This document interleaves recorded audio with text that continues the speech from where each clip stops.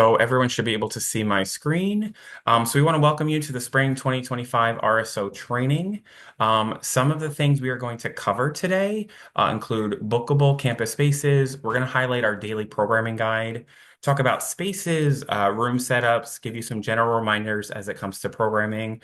We're going to talk briefly about campus safety, give you some contact information and some important dates. So, like I said, please make sure you're paying attention, but we will send you all of these materials.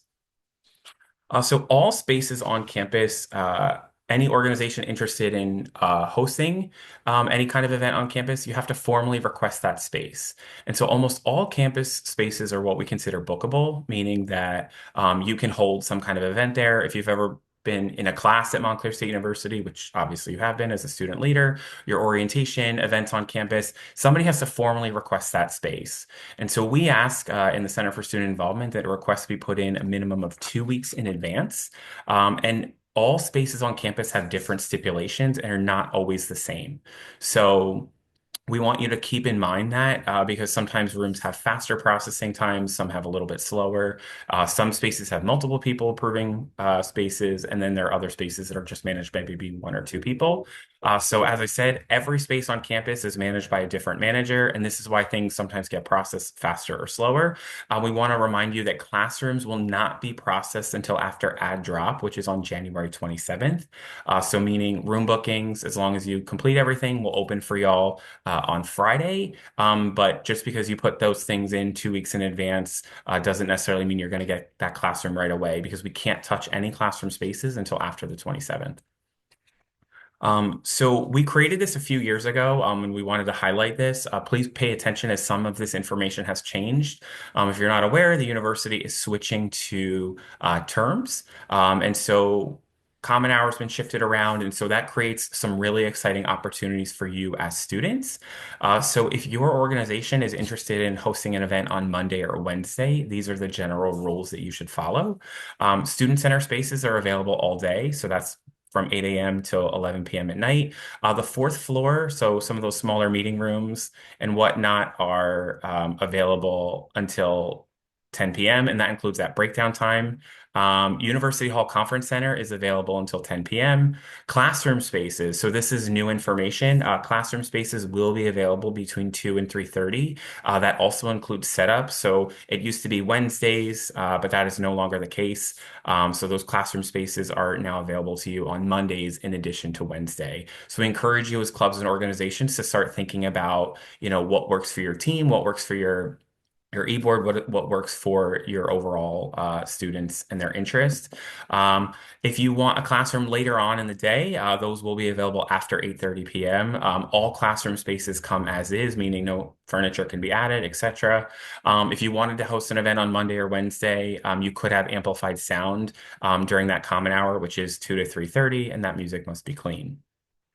If your organization is interested in hosting an event on Tuesday or Thursday, they follow the same rule.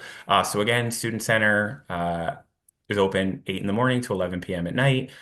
Same rules as the fourth floor. That conference center, same thing, is available until about 10 p.m. But if you wanted to meet on a Tuesday or Thursday, classrooms are only available after 8:30 p.m. Once again, that includes that setup time. So sometimes we see groups put something in for 8:30, put in 15 minutes of setup time, which reverts in the system to about 8:15, and it's going to sit pending forever. So please remember 8:30 p.m.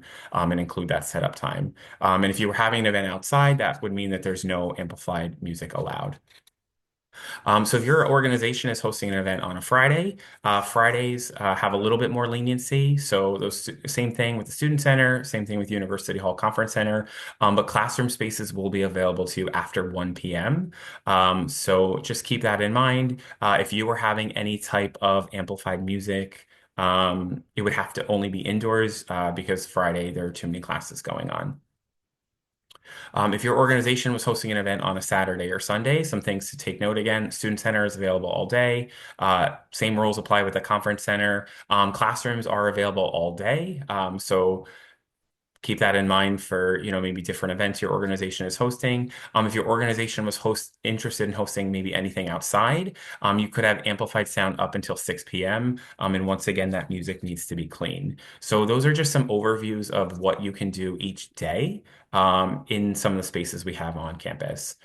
So we want to talk a little bit now about spaces and what do spaces mean. So as we think about our as-is spaces, so some spaces on our campus are as-is, meaning they cannot be adjusted. So that essentially means furniture can't be added or removed from the space. As-is spaces typically have limited technology, and then they do not require any type of setup or breakdown. So some of the most common as-is spaces would be tables. Many organizations are interested in tabling. So there are a few buildings on campus that you can table in. So that includes the Student Center lobby, the Student Center quad, University Hall, and Dixon. When you're putting in a tabling request, it only comes with one table. So if your organization wanted to host, a few tables or do maybe a table takeover, you would need to make sure you're booking every single table. The tables are small. We really, really encourage you to only have, no more than two people present. It's a great way to get out information and visibility. And again, these are events that maybe don't require any type of setup or breakdown. So when it comes to classroom spaces, all classroom spaces come as is, meaning that they cannot be adjusted. So your capacity can range, anywhere from 30 to almost 40 people. These are great spaces, and it's easy to get into them or out of them, as long as you're following all the stipulations that we just went over. Almost all classrooms are equipped with that standard technology. So if you wanted to, hold your e-board meetings in there or your general body meetings and want to have an agenda up on the screen, it's very easy to do so. This is a great opportunity for meetings or any kind of information sessions.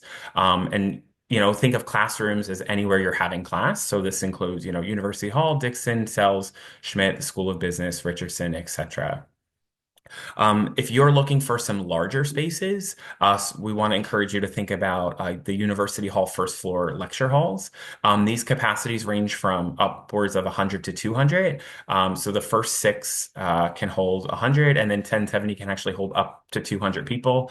Again, this is a great space. It's equipped with that standard technology. This is great for larger meetings, lectures, or group gatherings. And just we want to remind you that extra tables cannot be added to that space. Um, the next area we want to talk about is our student center dining room. So it has a capacity of 100. It is only available after 4 p.m. Monday through Friday because during the week it's open for meals.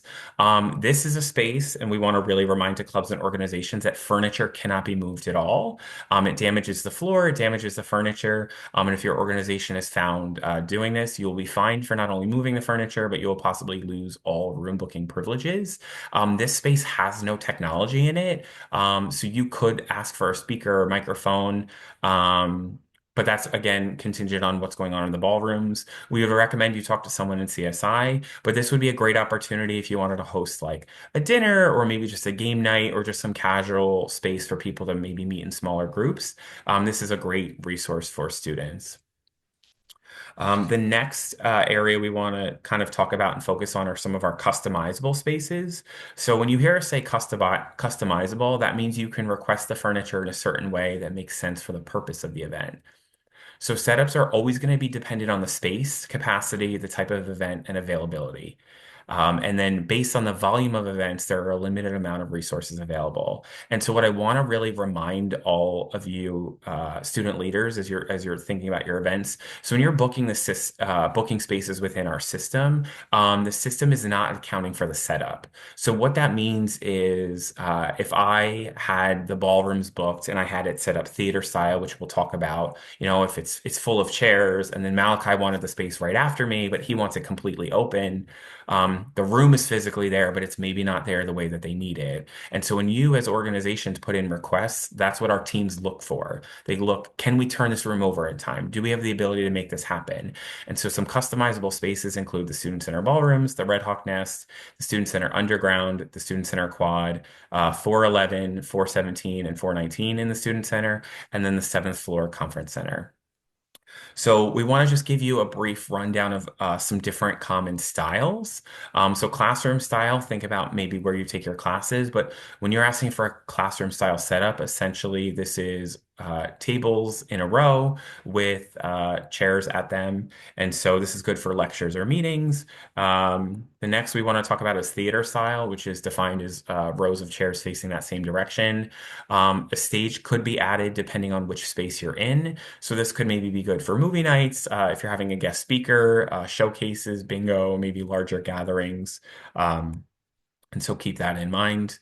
The next one we want to talk about is banquet style. So banquet style are round, we define as round tables with chairs. And again, depending on which space you're in, a stage could possibly be added. This would be good for game nights, maybe meals, some informational gatherings, and other networking events. And so depending on what kind of event you were having, if you were having it maybe in the ballrooms, you could talk with our team, and we could help you figure out, how many round tables can you get in a space, how many round chairs are appropriate, etc. The next type of style I want to talk about is conference style. So we define conference style as long tables and chairs either set up in a square or a U shape. So this is maybe good for e-board meetings, smaller, more intimate gatherings, and you can kind of see what's outlined there. Um, Another style we want to talk about is what we define as fashion show style. So this is essentially the same thing as theater style, but it includes a stage and a runway. This is only available in the student center ballrooms and university halls conference center.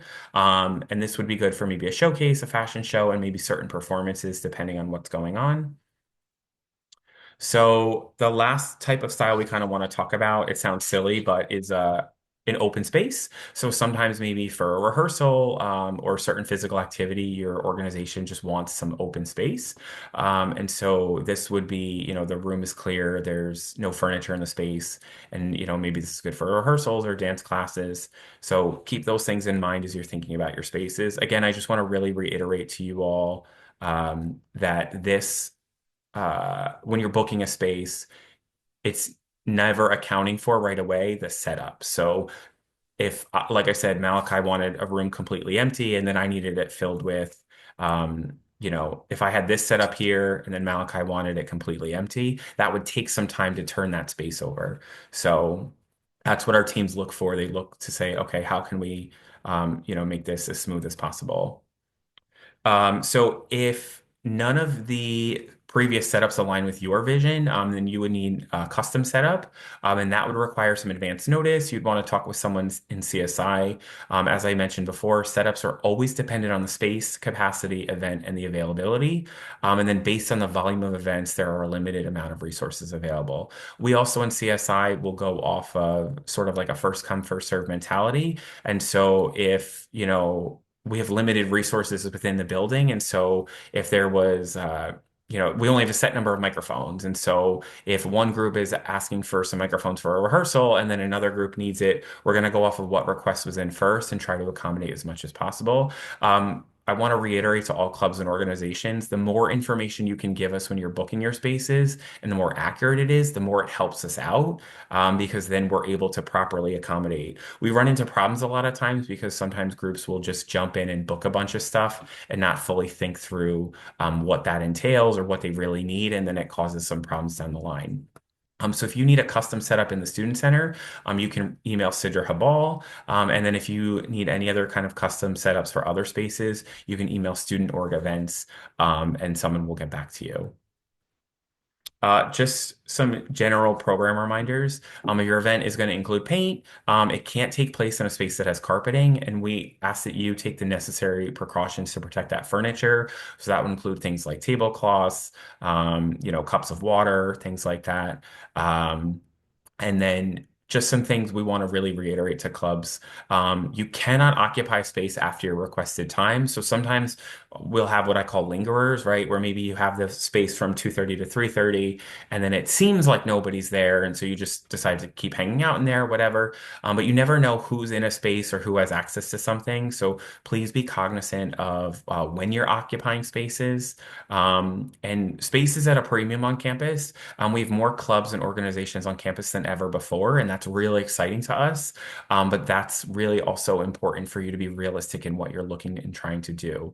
And we just want to remind people, I think sometimes people get confused, but even your general body meetings are considered events. So when you're booking that space and starting that event process, just because it's maybe a general body meeting doesn't mean it doesn't take as much time or effort or energy.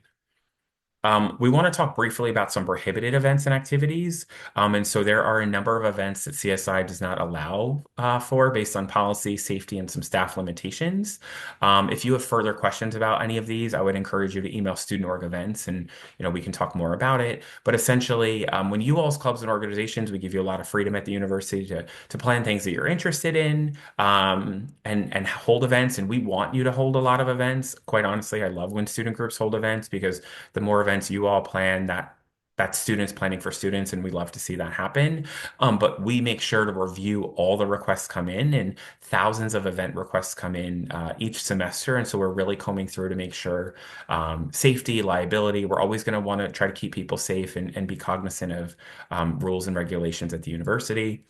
Later on this training or afterwards, I would encourage you to also comb through the CSI website where you can learn more about policies that are not covered completely in this training. And sometimes policies change, things happen. But generally speaking, these are some events that we don't allow for on our campus. So we don't allow for any type of like eating or drinking contests because they pose a serious risk and students have passed away. It's very sad. It's never happened on our campus, thank goodness, but it is very, very sad. The university also does not allow for any type of smash or breaking events. A rage room, things like that. We actually consulted heavily with CAPS on this, and ultimately CAPS felt that, smashing a plate is not necessarily a healthy coping mechanism. And so that is why we don't allow for those events. We don't allow for any type of water pong to be played. We also don't allow for any balloon or lantern releases, as they're terrible for the environment. We want to save the birds, our lovely Red Hawks.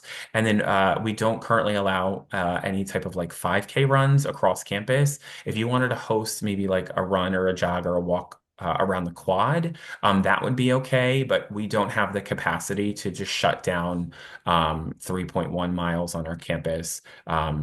And as a runner myself, it's not a pleasant run. We also don't allow any type of like fog machines, glitter, candles, confetti, or foam. Fog machines will set off smoke detectors. Glitter is the devil, and it's very hard to clean up. Candles pose a fire hazard, etc., etc., etc. We want to just give some reminders too in regards to food. So all requests for any fooded events, you should start with Gourmet Dining Services. They have a full student menu that you can refer back to, and any outside food has to be requested and approved through GDS. That's a university policy, and that's in their contract, and so please keep that in mind as you're planning. All events on the seventh floor are required to use gourmet dining services.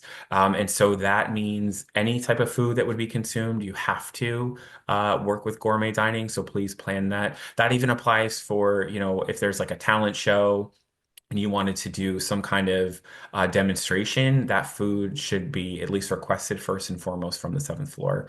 And then any events involving cooking or grilling need to be coordinated through dining services. The same thing applies for food trucks. I'll be honest, food trucks are very expensive and they're very flighty. And many of you as student organizations probably don't have a budget to maintain that. So just keep that in mind. If that was something you were even interested in, you would likely need to work with a lot of different co-sponsors to make that happen. Again, just some other general reminders. We have seen an influx of students wanting to maybe bring animals to programs. And so any events that involve animals do require some special conditions in order to be approved. So they need to be in outdoor locations or outside the student center. There needs to be appropriate fencing. You have to provide that you're going to clean it up. They have to be properly insured. So this means, you can't just bring Fido from home because if Fido bites somebody, we're going to have a lot of problems and we don't want to see that happen. So just keep that in mind. Just again, some general reminders in regards to food and fundraising. So bake sales are allowed in the Student Center, University Hall, and Dixon Hall. Any bake sales in the Student Center lobby have to be booked at Student Center table 1C04. That is the table parallel to the door across from the elevator. There's only one bake sale allowed at a time, basically. If your organization wanted to sell maybe empanadas or any hot food, those are only allowed in University Hall and Dixon Hall. And just a general reminder to all clubs and organizations, it's a New Jersey law that a gambling gambling license is obtained if any money is to change hands without the guarantee of a prize or good. So a simple example I like to give organizations is, so if we were hosting a bingo night and everybody came, everybody has equal chance to win, and therefore it's not a problem. If we wanted to turn that into a fundraiser and said you can get an extra board for, $2, you're now turning that into a game of chance, and we would need to apply for a gambling license. It's not hard to do, but it's just an extra step. So please be cognizant of that. Just some other general reminders we want to give to our clubs and organizations so they're aware is that in regards to posting materials on campus, all posting materials have to be stamped by CSI for approval. We allow things to be posted for up to 2 weeks. And so just keep that in mind. Sometimes we see groups want to, broadcast or post something, super far away. We'll give you, you can do that, but it's going to be 2 weeks at a time. There are materials that there are several places on campus where things can be posted. If you want to post in any residence halls, you should come to CSI first and then speak with the community director of that space. We have a little form you have to fill out. And as a general rule of thumb, because there are so many clubs and organizations and we want to keep our campus beautiful, we allow one poster and flyer per bulletin board. This only applies to physical materials. You can post whatever you want on social media. And again, it's just a vetting process. It's not to say you can't post something. The university just wants to make sure we have a streamlined process for that. We want to talk briefly about check-in. So all organizations are required to maintain attendance at events, and this includes your general body meetings. And so there is an app you can download. This is what it looks like. It's the Campus Labs Event Check-in app. Where you can scan event passes. So your event pass is unique to you. Every student, every faculty member has an event pass, which we'll cover in the Engage demo on how to access that. Um, and so we encourage all groups, and you need to make sure you're doing this. If CSI comes across that you're not doing this, you could lose potential to future room bookings.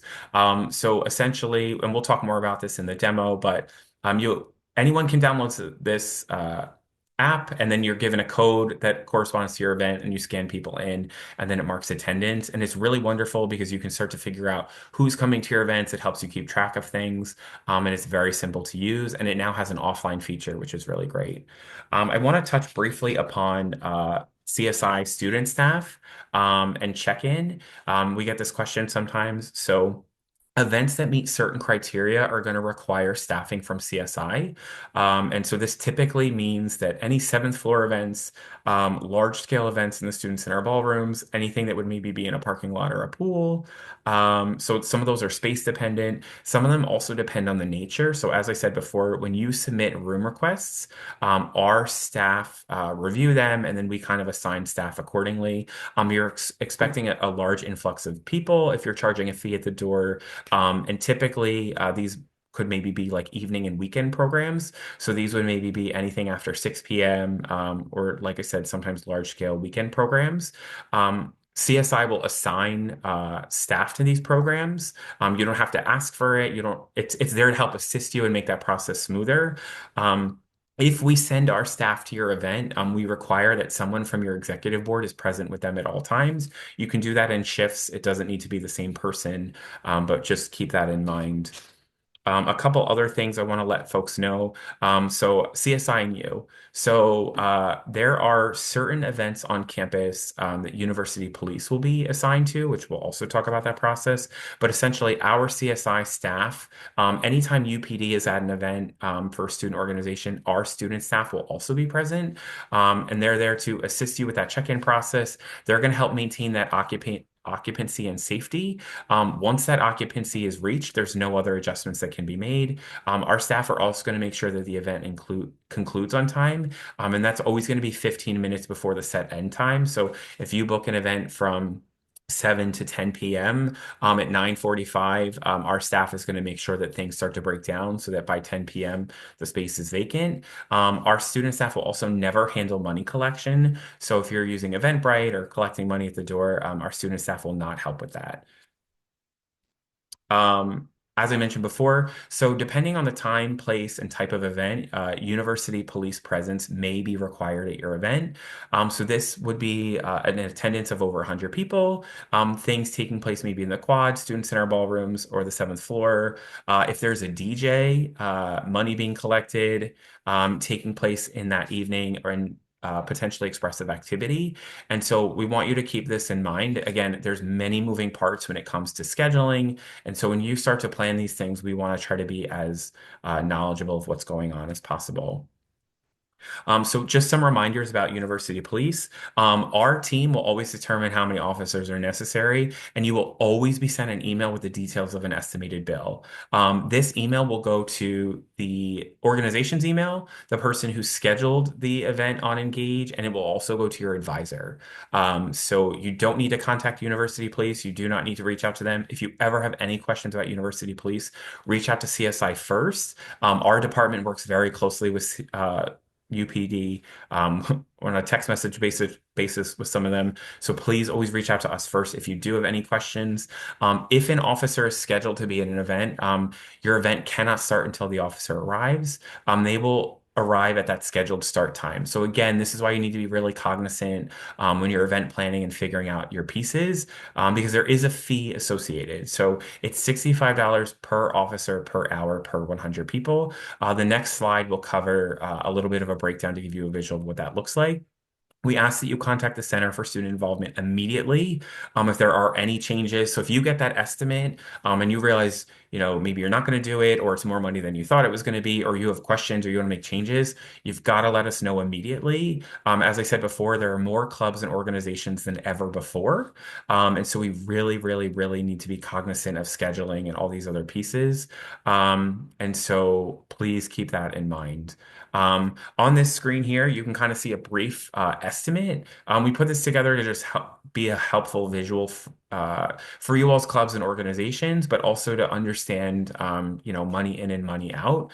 And so sometimes we'll see requests, that are 250 people. We will always round up. So if you say you're expecting 250 people, we're going to assign three officers. And if it's, you're saying it's going to be 7 to 10, that's $585. And as you start to plan and, maybe be realistic, maybe say, you know what, we really think it's going to be 200. And honestly, it's probably going to be a 2 hour event. You can see how much drastically different your bill is, right? That's almost double that fee. So please keep that in mind. It's the number of officers times by $65. I'm not a math person. It took me a long time to put this together, but this is for estimation purposes only. If you have any questions, please reach out to me, reach out to Student Org Events. And there are a variety of factors that contribute to this. So again, if you're ever not sure, reach out to us. We'd be happy to answer those questions. We want to talk briefly about canceling an event. We have seen this happen before where clubs and organizations will cancel things and not communicate with us. So if you need to cancel an event, you should be emailing studentorgevents@montclair.edu. If you fail to give us ample notice, you may be hit with either a bill or loss of room privileges. This happened a handful of times in the fall semester, and moving forward, CSI will not be allowing that. So please, please, please be cognizant of this. Once you notify CSI, you should delete that event from Engage so other people will not continue to RSVP, and let people know, right? People plan. No one wants to show up to something that wasn't happening in the first place. That can really hurt people's feelings or, make them feel, not great. So please keep that in mind. We really, really encourage you, do not wait until the last minute to cancel something, especially that one that requires the use of shared spaces and equipment. As I've mentioned many times in this training, space is very limited. So please be mindful of your bookings. Don't hoard reservations just in case, as this is taking away space from other people. And we want you to really be mindful of all those moving parts. This can include notifying catering, if there was catering, university police, staff, etc. Event planning is not easy. It's a very complicated process. And so, we get it, right? You start out in January, you say, this is gonna be the best semester ever. We're gonna do all these big, big, amazing things.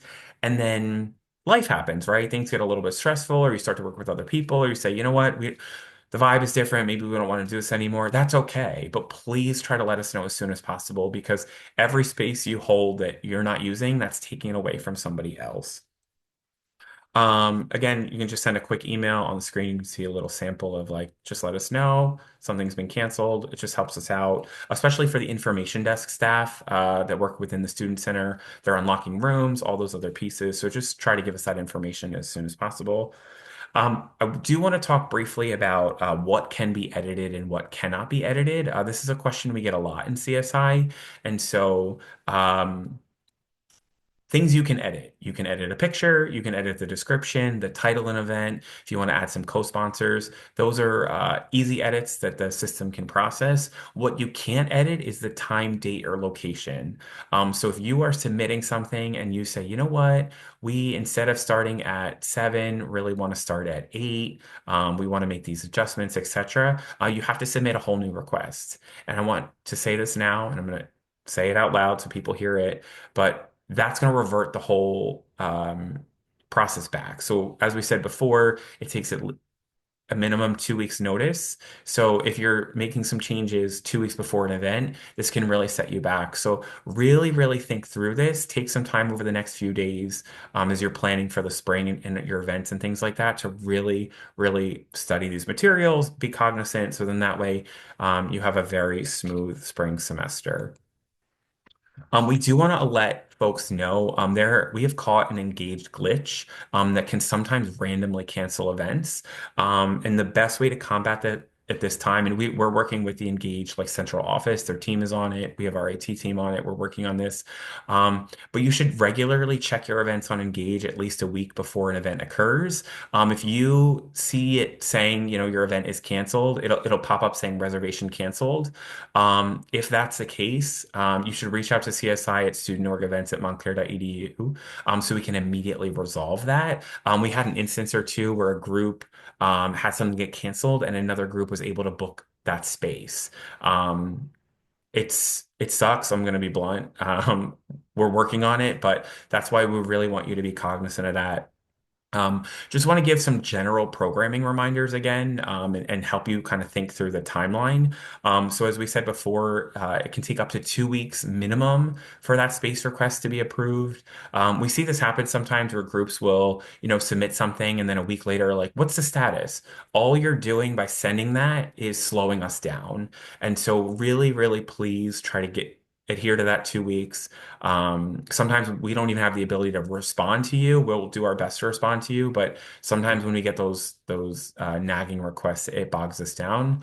Um, for our student government organizations, our RSOs, there's a 28-day minimum for financial paperwork, which May will be covering later on today, talking through some of those things. But we just want to really remind that to you that event planning takes time. When you're planning, gathering materials, volunteers, adding co-sponsors, these are all things that take time.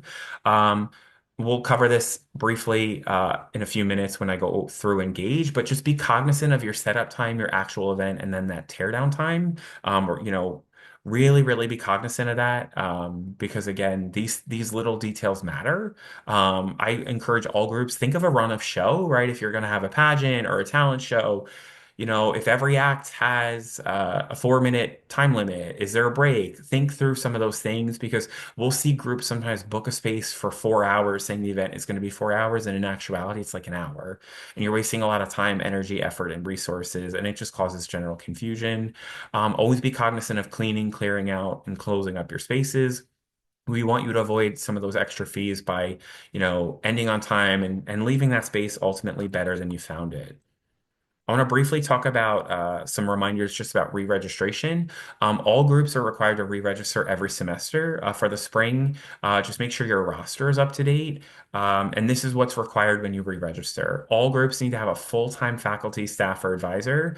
You have until February 7th to update your rosters.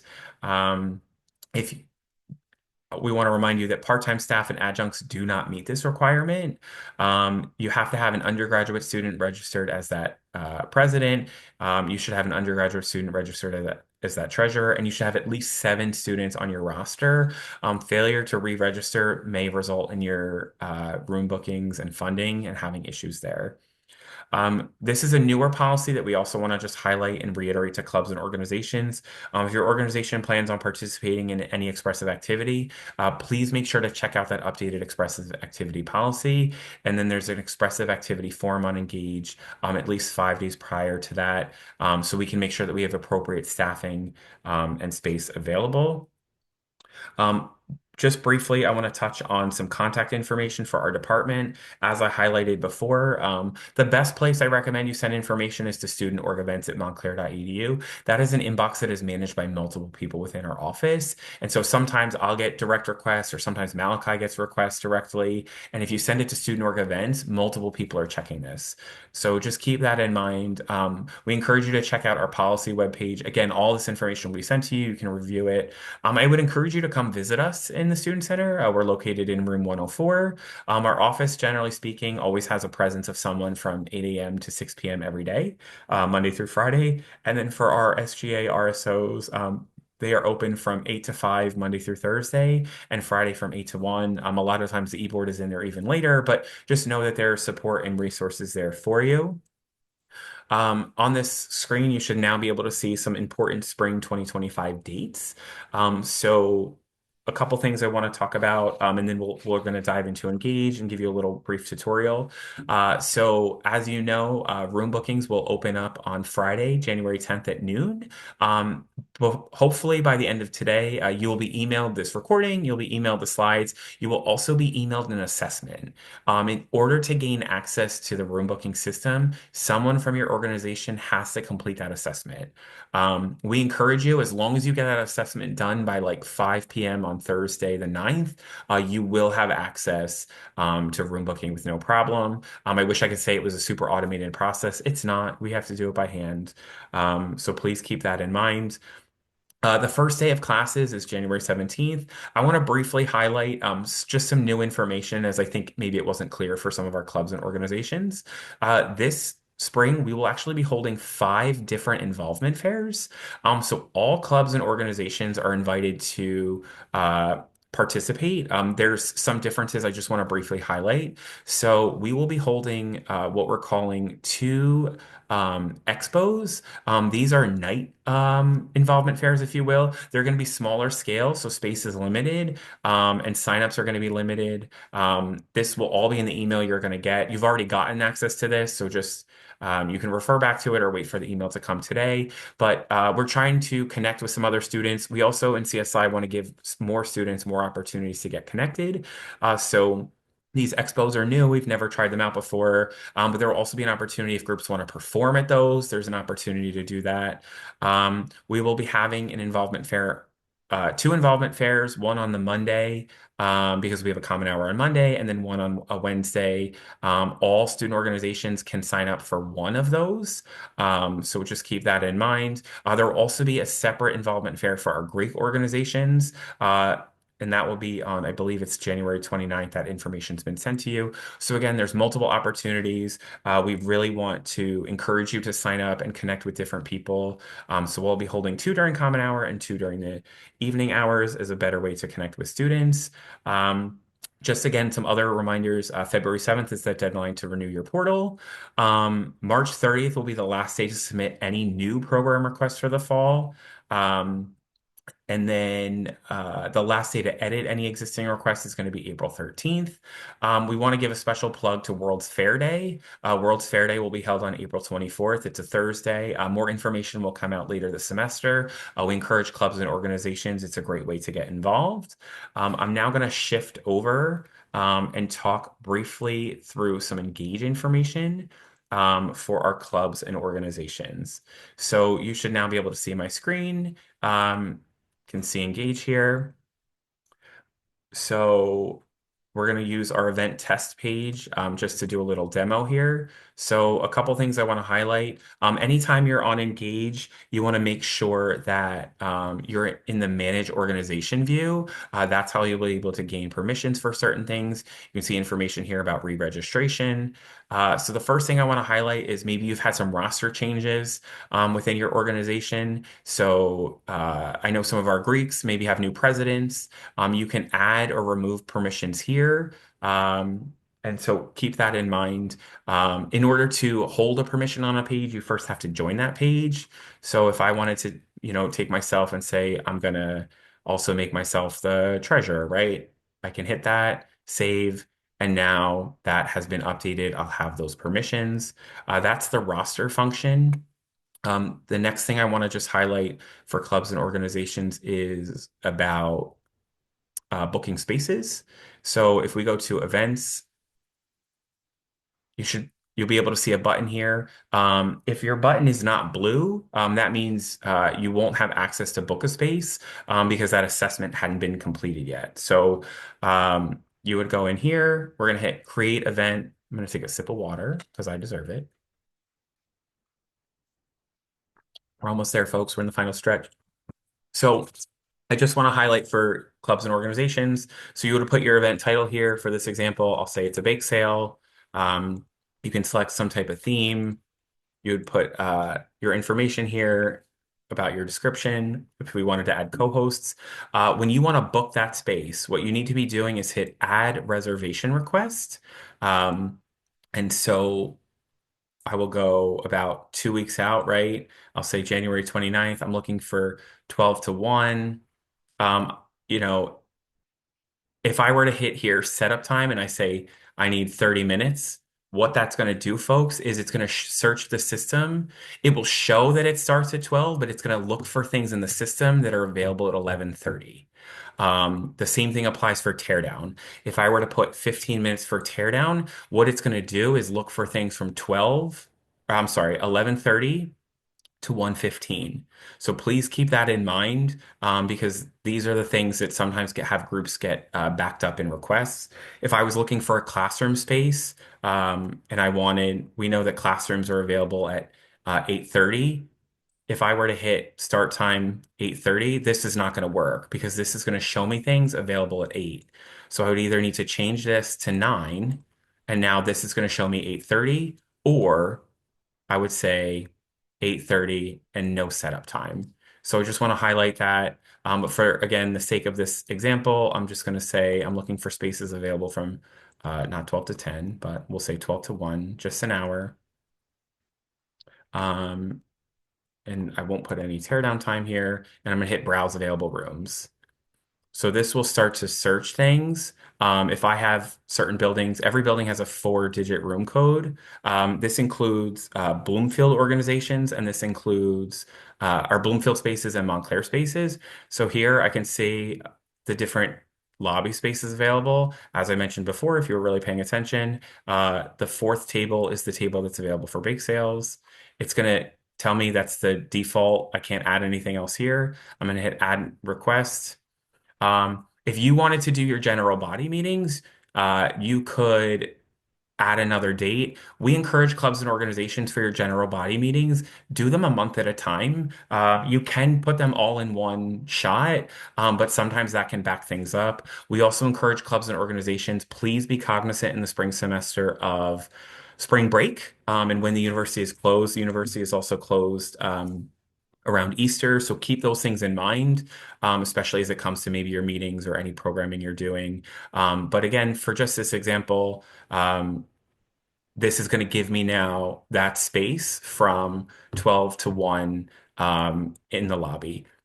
And I want to also let people know, typically, this now means I'm holding it. Other people can't take it. I think sometimes groups think that, other people can take it. Once it's in your cart, it's pretty much yours. In terms of event visibility, we encourage you to either specify the public or students and staff at Montclair State University engage. The difference here is if I were to hit public, anybody could access this link. If I were to hit students and staff at Montclair State University engage, you would need to be logged in order to see it. You may have some events, particular maybe for our Greek organizations or honor societies that are only for organization members. Maybe that's something you'd want to do here. If you were to hit this, that would ensure that it doesn't always get pulled for like in the loop or weekend news or things like that. So sometimes people ask us like, how do we get included in those things? That's how it depends on your availability, the event visibility and the permissions. I'd also encourage you to know that these emails often get drafted a few days in advance. And so sometimes it's because, the weekend news t tends to be drafted by like Wednesday afternoon. And so if it's not in by Wednesday morning, it's probably not going to make it. You can see here there's different information about event categories. We encourage you to use these tags. This helps other people find them. So you could say, oh, it's a drop-by event. It's also going to be small scale, and it's going to be you know, uh, educational. Who knows? You can add different perks here if you wanted to. You would hit next. Who can RSVP? You can include information about other types of questions, information you can get. You can also create post-event feedback if you want to find out how are people feeling about your events. You continue to go through this prompt. You could upload a photo. That could be a flyer. That could just be a generic photo. If you don't do one, it'll be attached. I'll skip the photo for now. Um, and then you would continue through this whole process. So I'm going to say that this is in person. This, I want to make sure I'm specifying it's a lobby space. It's going to be 10 people. It's not co-sponsored. There's no DJ. There's no speakers. We're not selling tickets in advance. Again, please give us as much information as possible. This is telling me this is an as-is space. There's a bunch of acknowledgments here that you need to specify. If your request is ever denied without any explanation, it is because that space is not available. We will let you know for any other reason why it's been denied. We get this question a lot sometimes. And again, that goes back to it's always dependent on the setup and that information. So again, the university also reserves that right to modify or cancel events at any time due to the university being closed, weather, public safety, or unavoidable circumstances. We may have inclement weather. It's been a very snowy winter so far. It's been a cold winter, so those things could happen. We're going to hit next. Um, this will not be approved until you hit submit.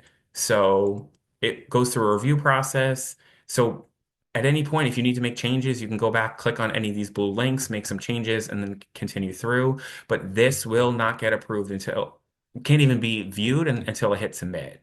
So I would hit submit. It's going to take a while because it just does, but it's creating that reservation and now holding that space for me.